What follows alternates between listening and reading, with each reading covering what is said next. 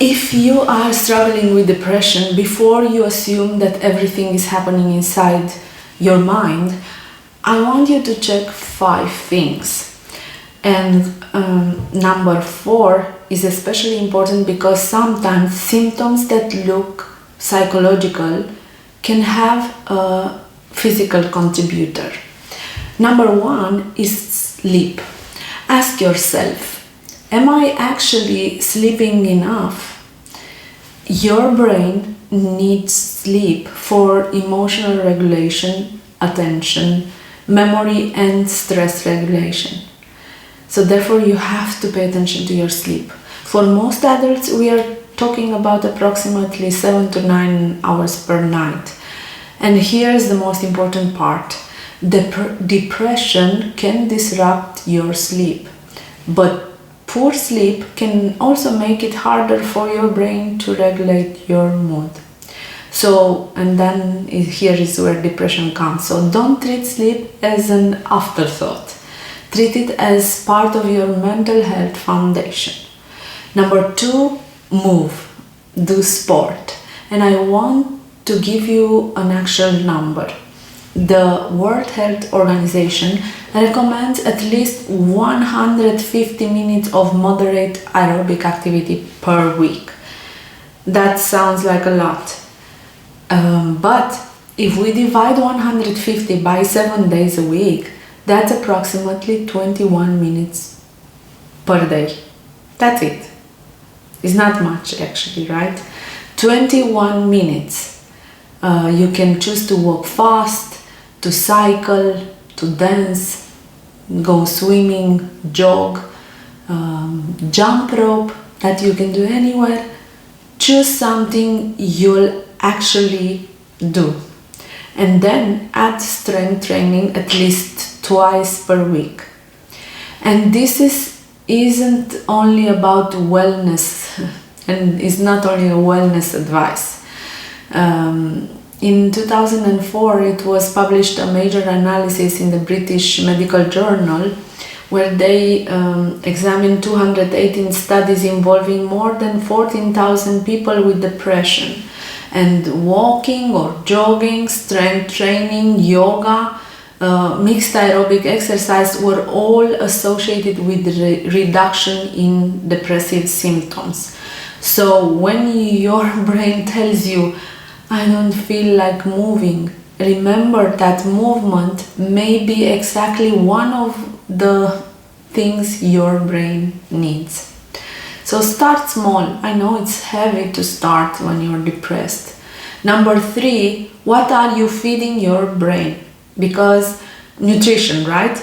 Because your brain isn't separate from your body, and there's fascinating studies, and I want you to know about one. In 2017, one study that was published in Smiles and BMC Medicine.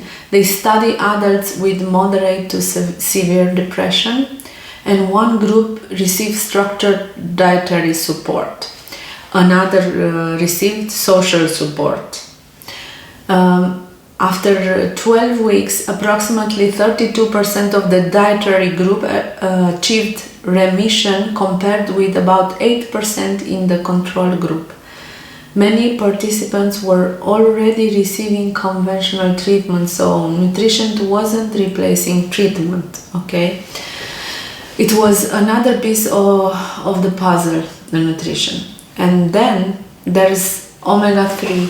Let me see if I have it here. This one is fascinating. Yeah, I'm not showing the brand because omega-3 actually, it was one trial involving 60 people with major depressive disorder. They divided them randomly into 3 groups, and group 1 received fluoxetine, which is an antidepressant commonly known as Prozac, and group 2 received 1 gram of EPA omega-3 per day, right? In Norway we drink fish oil.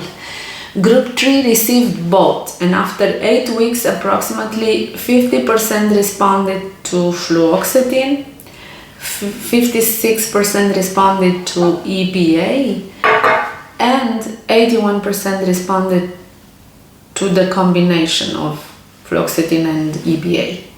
So yes, in this particular small study, EPA alone had a similar therapeutic effect to fluoxetine or Prozac.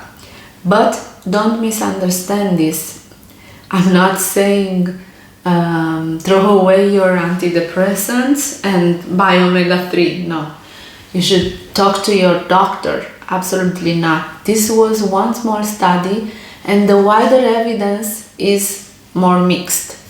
So research suggests that EPA-rich omega-3 may have a role, particularly as an addition to depression treatment. Research has often investigated around 1 to 2 grams of EPA per day, but there is no universal dose that everybody with depression should take. So discuss supplementation with your doctor. Now, number 4 is the one I really don't want you to ignore. Ask yourself, could something physical be contributing to how I'm feeling? Because fatigue, brain fog, poor concentration, low motivation, low energy, and even low mood aren't exclusively psychological symptoms. So I know you expect I'm going to ask about it, but talk to your doctor about whether blood tests are appropriate for you and when did you did them, right? Depending on your symptoms and medical history, your doctor may consider checking iron and ferritin, a full blood count for anemia, vitamin B12, folate, vitamin D, and importantly, your thyroid. An underactive thyroid can cause fatigue, concentration difficulties, and low mood. The National Institute for Health and Care Excellence in the UK specifically recommends considering thyroid function testing in people presenting with depression or unexplained anxiety. And women, listen to this part. Hormones matters too. Pregnancy, right? We have fluctuation in hormones. Postpartum, perimenopause, menopause. These hormonal transitions periods can be associated with significant changes in mood, anxiety, sleep, and energy. That doesn't mean every woman with depression needs a huge hormone panel, but if your mood changed around the same time as your cycle, sleep, hot flashes, night sweats, or other hormonal symptoms changed, you have to tell your doctor. Don't automatically assume it's all in my head, because we women tend to do that. Sometimes there is another piece of the puzzle. And finally, number 5, the people around us, right? This one sounds very simple, but in our screen-filled world, I think we're forgetting how important it is. We look at our screens and we lose time and track of social activity. The World Health Organization recommends maintaining social connection as part of self-care for depression. But depression plays a cruel trick on you, right? When you're depressed, you often don't want to see anybody. You want to isolate yourself. So you stay home, you cancel visiting someone, you stop replying the messages, you withdraw. And then your world becomes smaller and smaller. There are fewer conversations around, fewer experiences, fewer reasons to leave the house, and potentially even fewer opportunities for positive reinforcement. Okay? This is one reason behavioral activation is used in depression treatment. And I know many of you ask me what shall I do, but the National Institute for Health and Care Excellence in the United Kingdom specifically highlights behavioral activation when depression has been associated with withdrawal, with isolation, inactivity, and doing fewer things. But my patients increasingly ask me, okay, but where do adults actually meet people anymore nowadays when we are all on social media? And that's a very, very good question. So here's what I tell them. Don't start with, I need to find friends. That's too much pressure, right? Start with, where can I repeatedly be around the same people? Join a walking group, a hiking group, a running club, a group fitness class, dance, go to yoga, do Pilates, martial arts, go to a book club if you're not that sporty, a language course, a cooking class, maybe painting or pottery,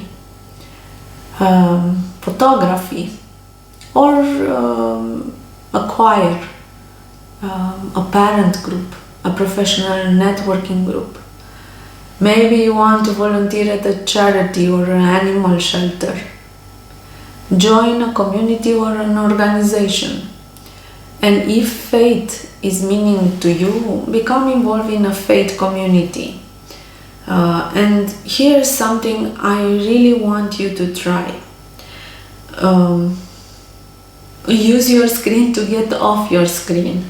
Instead of scrolling tonight, search walking groups near me, or volunteer opportunities near me, book clubs near me, group fitness near me, language exchange near me, community events near me, meetups near me. And you don't need to walk into that room thinking, today I'm going to make a best friend or 10 friends. No. Your first goal can simply be, once this week I'm going to put myself somewhere where other human beings are, just to be around people. That's enough. Then do it again and again and repeat and again, because connection is built through repetition. So if you are struggling with depression, save these 5 questions. How am I sleeping? And make sure that you improve your sleep. How am I moving? Make sure you do activity.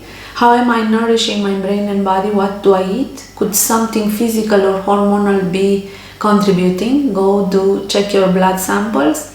And I'm connected to people, or have I slowly become isolated? And go out. None of this means that someone with significant depression should simply treat themselves. No. Psychotherapy and medical treatment can be essential, but depression deserves more than looking at one symptom in isolation. Support your sleep, move your body, nourish your brain, check your physical health, and find your tribe.